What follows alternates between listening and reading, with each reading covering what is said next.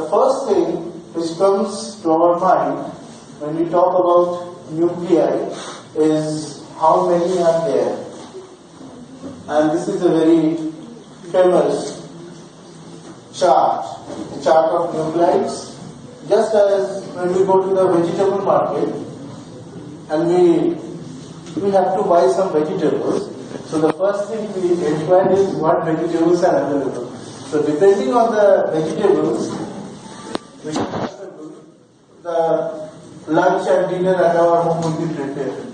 Similarly, depending on the nuclei, the various types of nuclei present, this whole set of nuclei constitute our world. Now, you all know this very simple plot. This is the proton nuclei, this is the neutron nuclei. So, most of the nuclei are over here, and very few you won't find it over these sides because they are unstable. Now, how do we know that they are unstable? Mostly by doing experiments.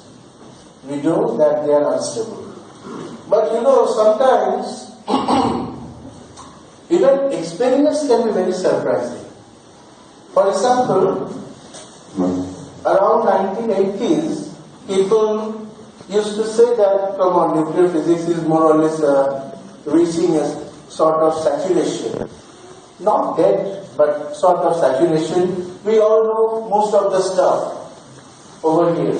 And suddenly, a Japanese scientist, Isao Tanihata, during an experiment, he discovered that whatever we knew, apart from these stable nuclei, there are also some very exotic structures, like halonuclei.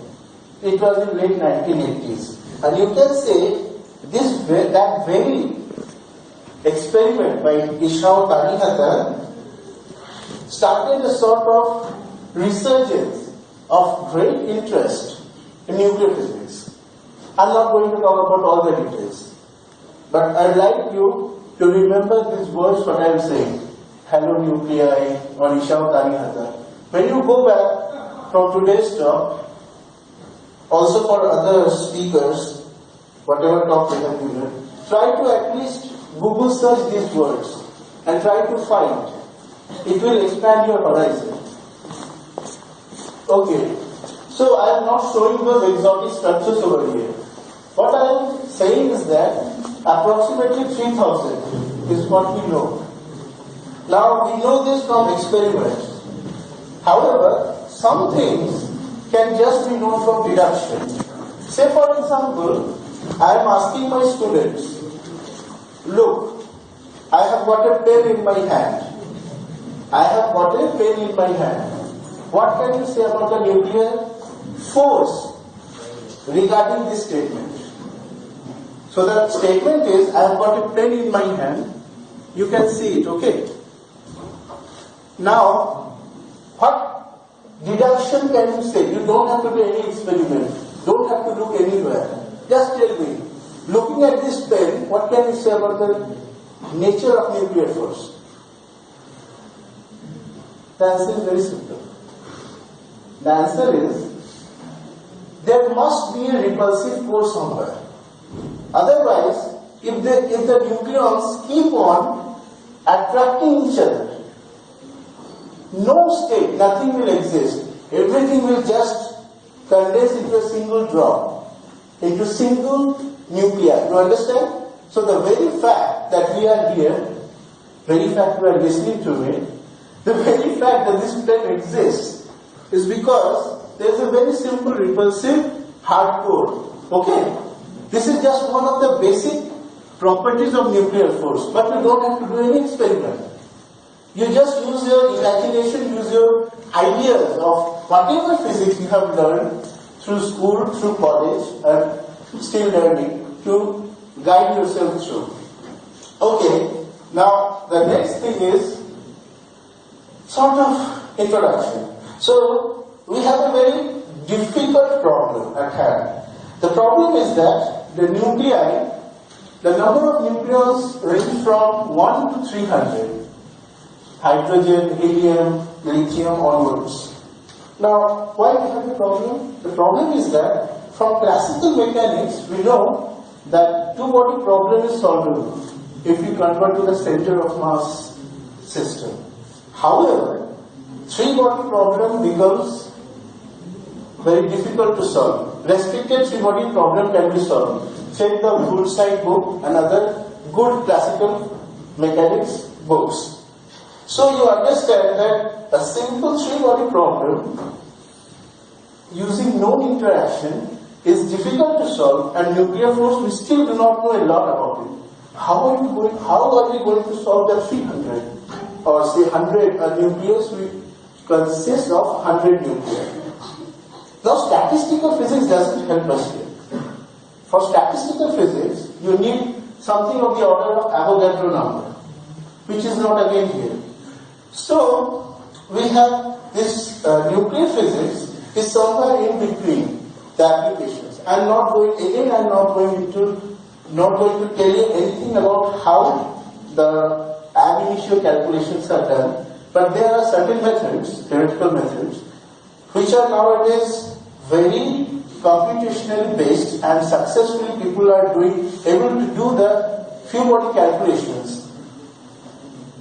Again, look into the literature. I'm not going to tell you everything here. I'm just going to guide you over some of the recent topics.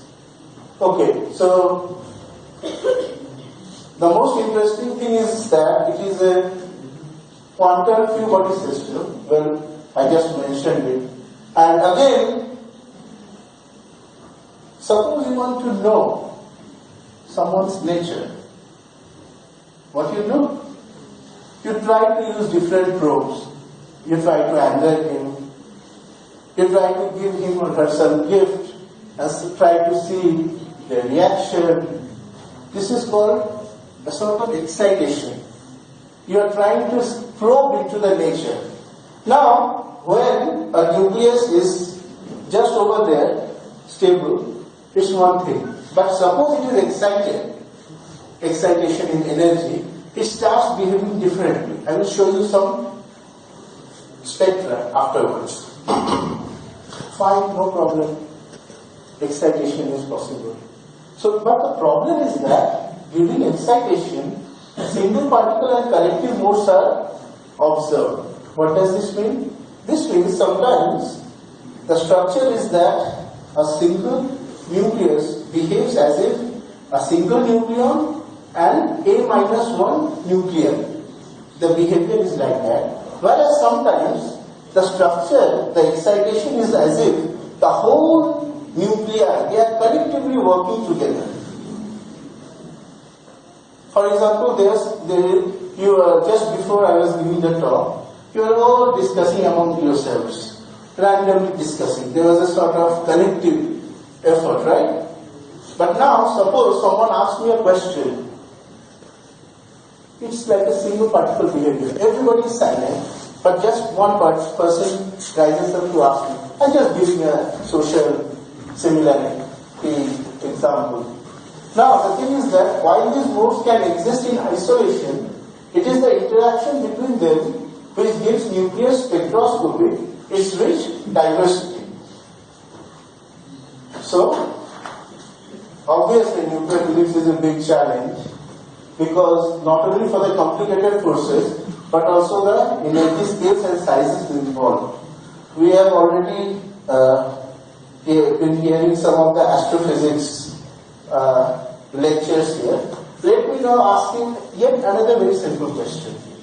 Whenever you open a textbook of nuclear physics, within the first one or two chapters, you will see the binding energy curve, right? Which comes just after the chart of nuclei. So what does this show? This shows what is the status of binding energy of the stable nuclei. Fine. All of you know that the average is around 8 MeV per nucleon. Everybody knows that. Go, no problem. Suppose, think about it. What would have happened if instead of 8, it has been 80 NEP per nucleon. What do you think?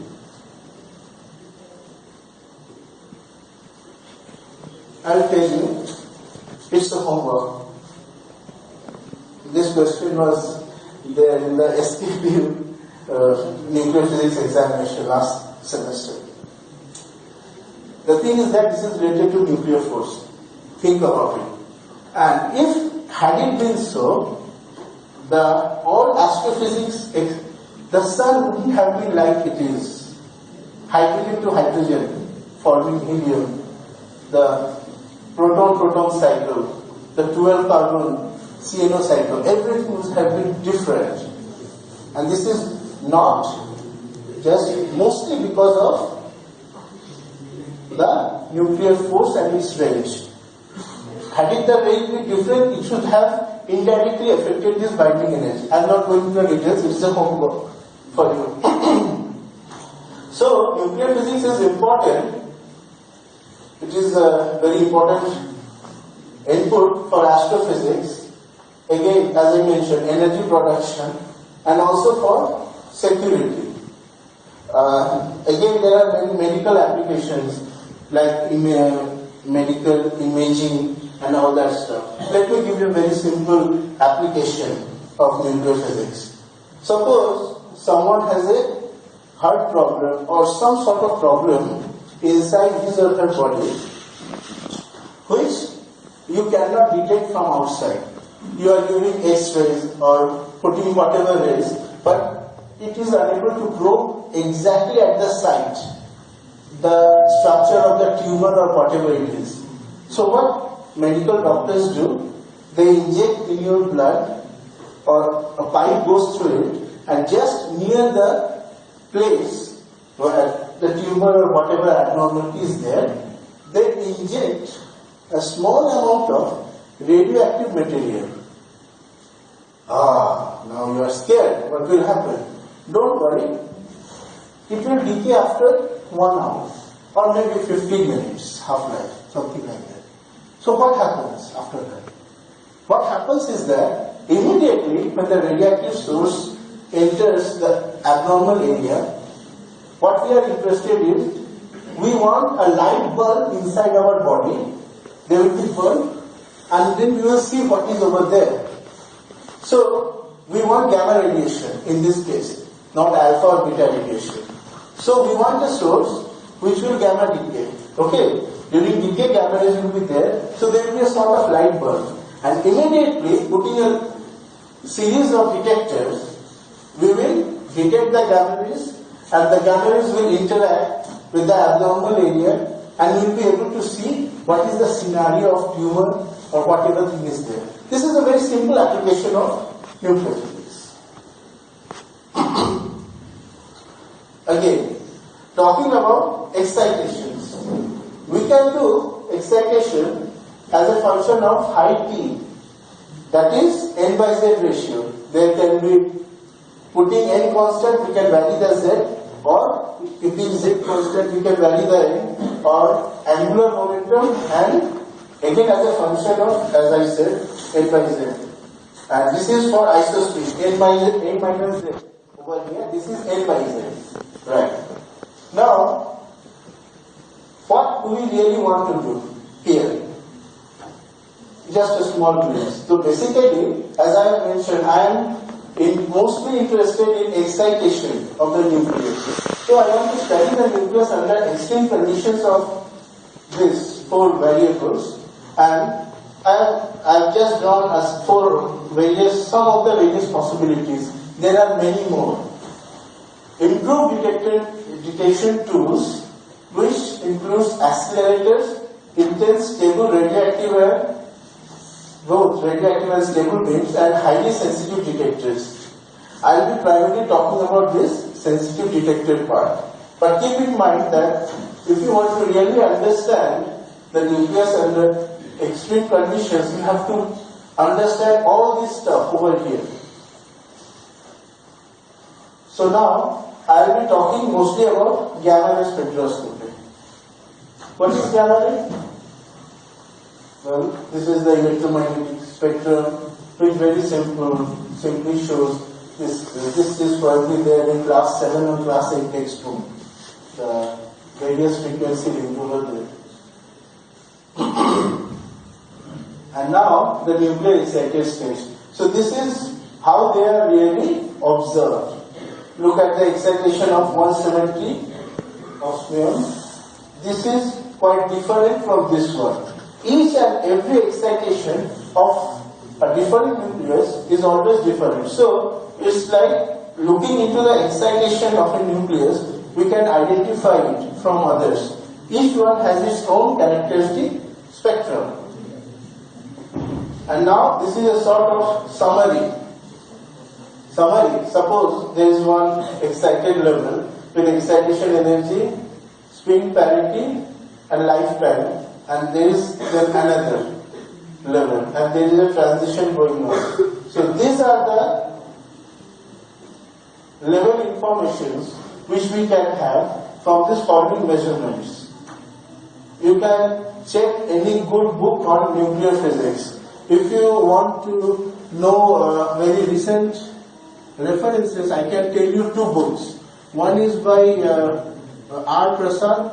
It is a publication by PHI. It is also written by very good experimentalist. And another is very recent book by Professor Anwar Kamal. I will request all of you students to go back to your colleges or university and tell your department heads to buy this book by Professor Anwar Kamal.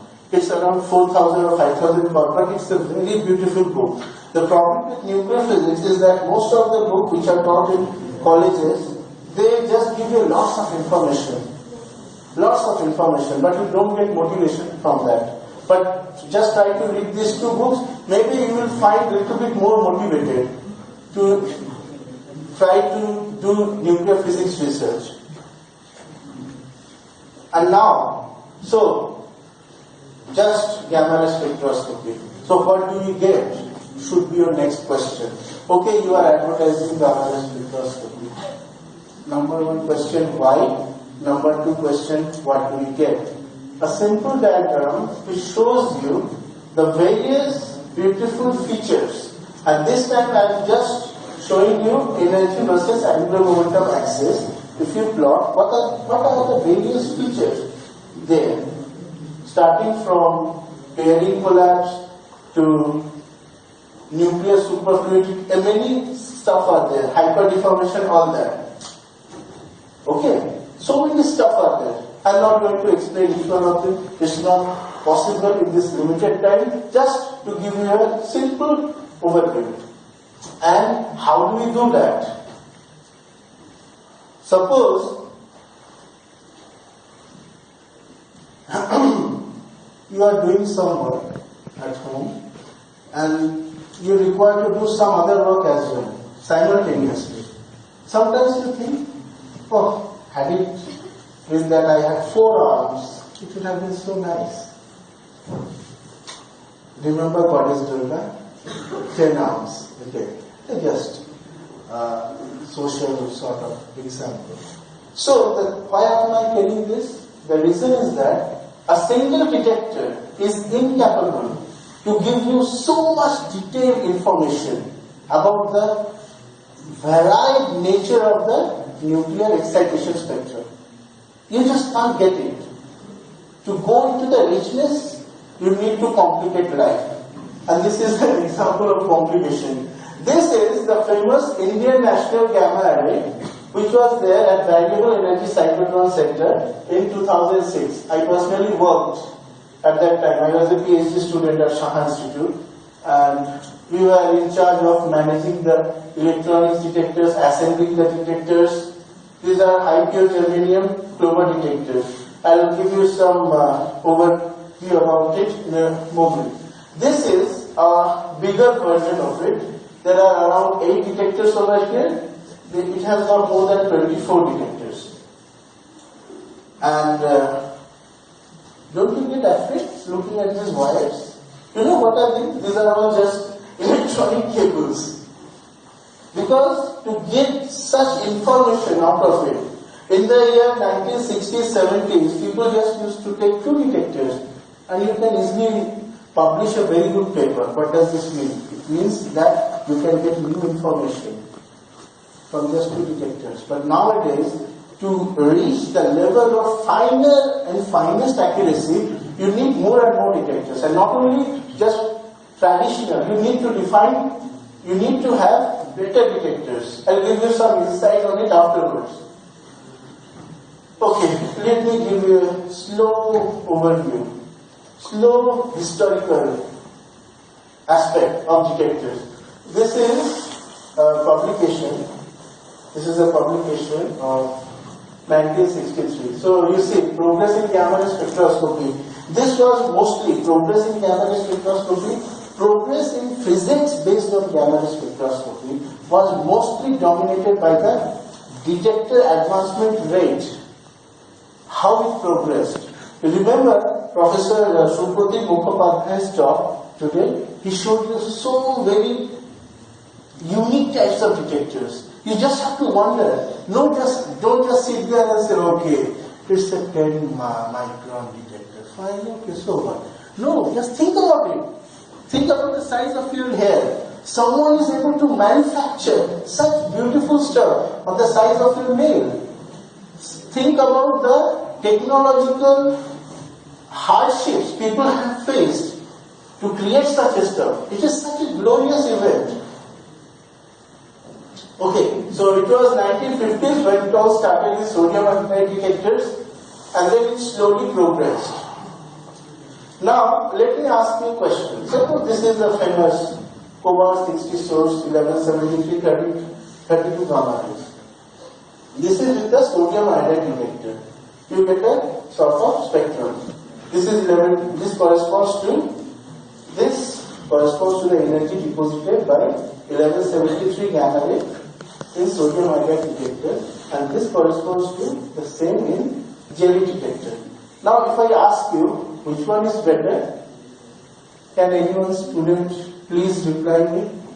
Which of the two photographs do you think is good? Casually, just say. Huh? The second one is which one is first one?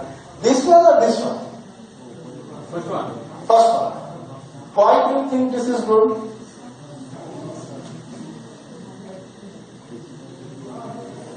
Why do you think this is good compared to the second one? Both are giving you more or less the same information, right? I'll tell you one of the answers. Go into the book, search into energy resolution of detector. You will get the answer. I'll give you just one hint about it. The thing is that this is 1173. Okay, this one.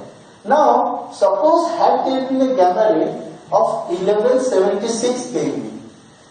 What would have happened for sodium iodide? For 1176 kV, this is 1173, 1176 would be here. And the two will merge into a single big peak. You won't be able to differentiate between them. But for this case, there will be a separate peak. So what do you want to know? Why are you saying peak and peak? What I want to know is signal to background ratio. I want signals. And for good signals, I must have good energy resolution. It must be like a Dirac delta peak. Then only I am able to see. Understand? So good signal to noise ratio. This is one of the factors. Another question.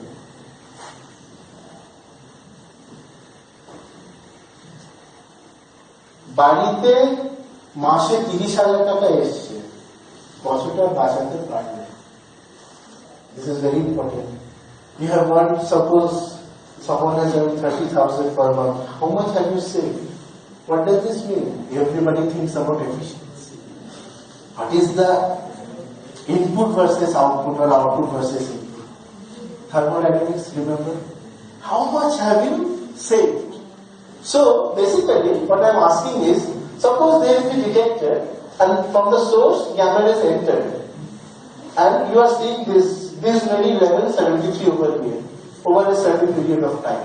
So my question is, how many gamma rays enter into the detector, and out of them, how many are you really seeing? Don't you think this is a very valid question?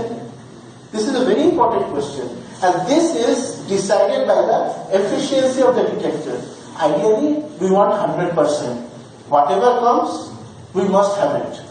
But unfortunately, the nature of gamma ray interaction, if you remember the gamma ray attenuation experiment, the Beer-Lambert law, I is equal to I0 e to the power minus mu x, the exponential decay, you immediately realize it is not possible to absorb all the gamma rays. Because the nature of gamma ray interaction is different from charged particle and neutron interactions. It's a one-step process. Okay, so this is the scenario. Sodium iodide versus HPG detectors. Just a simple example. The same nucleus, same spectrum, but because of energy resolution stuff, you can't see anything over here.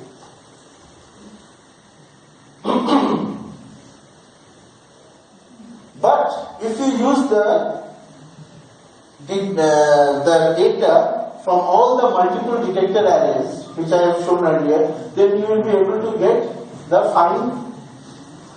Now this is what I am talking about. This is the complete spectroscopy of 162 dysprosium. It was possible in 2006. I have shown you the first spectrum from 1960s. But the complete spectroscopy was possible in 2006. And look at the structure. How does it look to you? There is so much richness over here. And you cannot get it with a single detector or with a few detectors. You need a variety of detectors so that you can do angular distribution measurements, so that you can do angular correlation measurements, linear polarization measurements.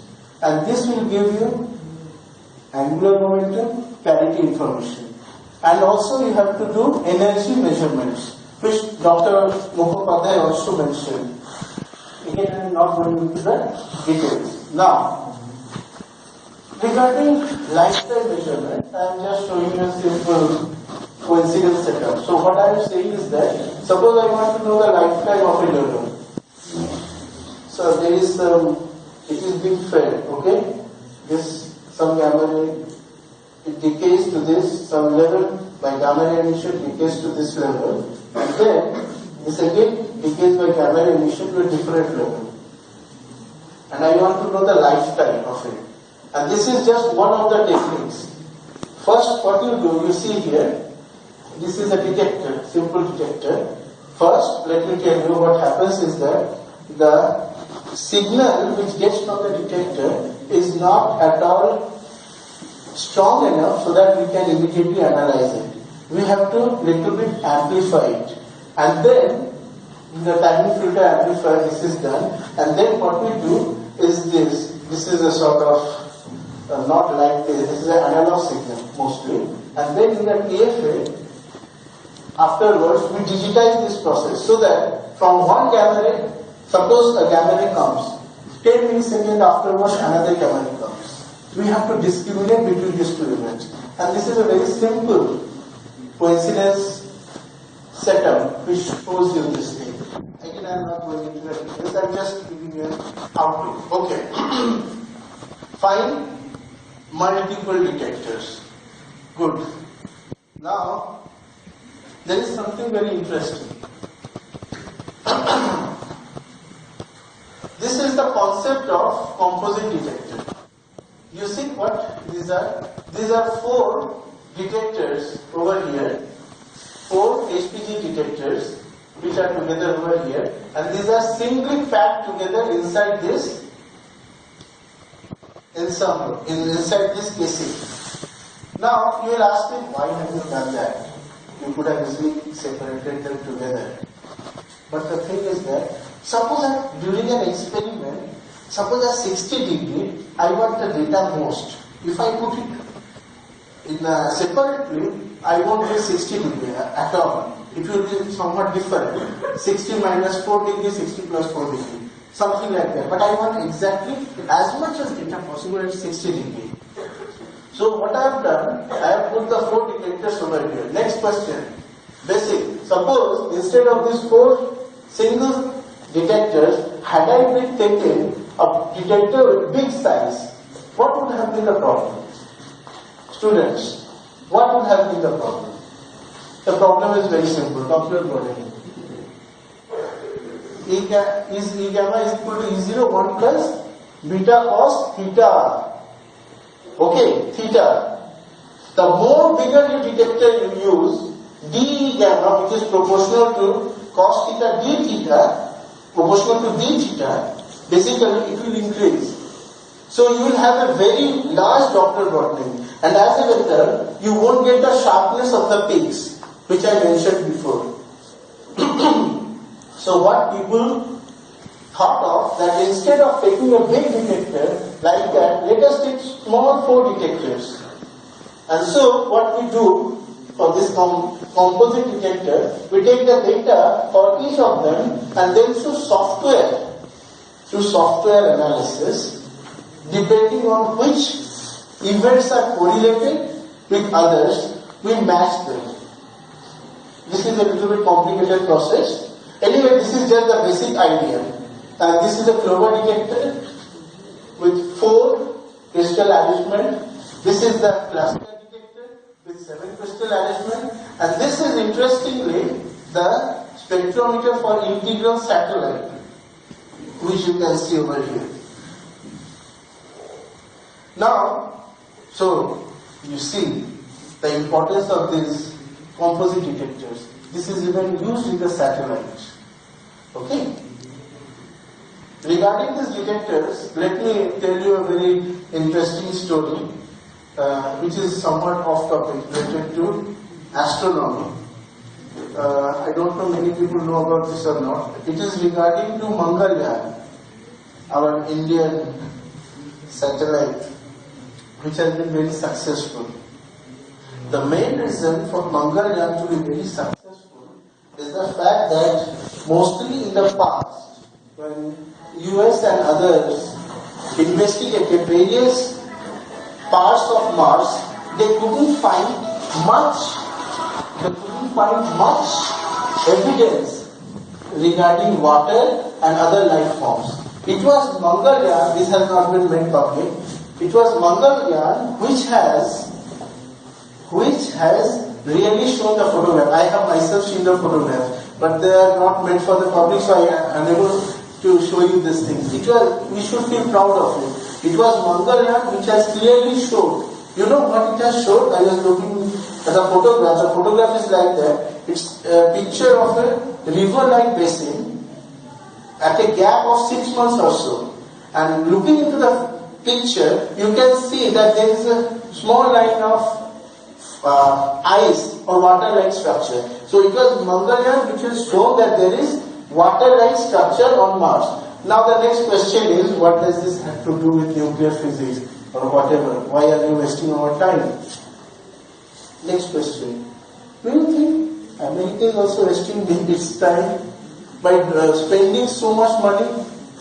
Now most of the time they are spending most of the money to this Mars mission. This is more, if you search a little bit, you will understand why. What does it have to do with nuclear physics or this physics research at all? Let me tell you something.